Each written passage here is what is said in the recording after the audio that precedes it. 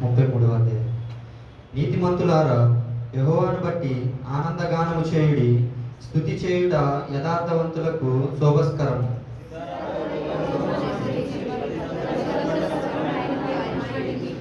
ఆయనను గూర్చి నూతన కీర్త పాడుడి, ఉత్సాహధ్వనితో ఇంపుగా వాయించుడి. ఆయన నీతిని న్యాయమును ప్రేమించుచున్నాడు. లోకము యెహోవా కృపతో నిండి ఉన్నది.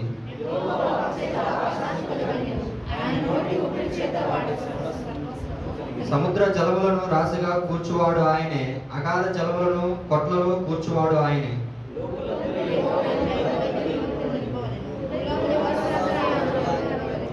ఆయన మాట సెలవీయగా దాని ప్రకారం ఆయన ఆజ్ఞాపింపగా కార్యము స్థిరపరచబడెను.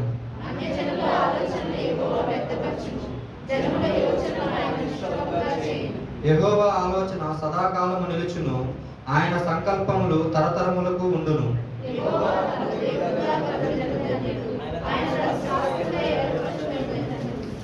యెహోవా ఆకాశములో నుండి కనిపెట్టుకొనుచున్నాడు, ఆయన నరులందరినీ దృష్టించుచున్నాడు.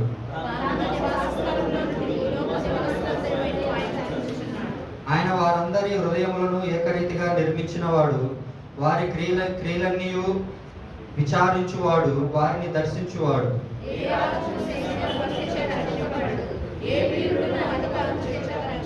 రక్షించుటకు గుర్రము అక్కరకు రాదు, అది దాని విశేష బలము చేత మనుషులను తప్పింపజాలదు.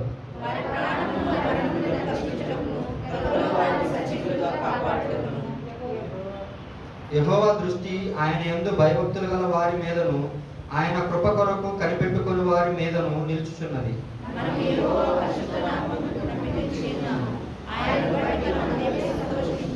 మన ప్రాణము యెహోవా కొరకు కనిపెట్టుకొనుచున్నది, ఆయనే మన సహాయమును మనకు కేడమునై ఉన్నాడు. చివరి వచనం అందరు కలిసి చదువు. యెహోవా, మేము నీ కొరకు కనిపెట్టుకొనుచున్నాము, నీ కృప మా మీద నుండును గాక.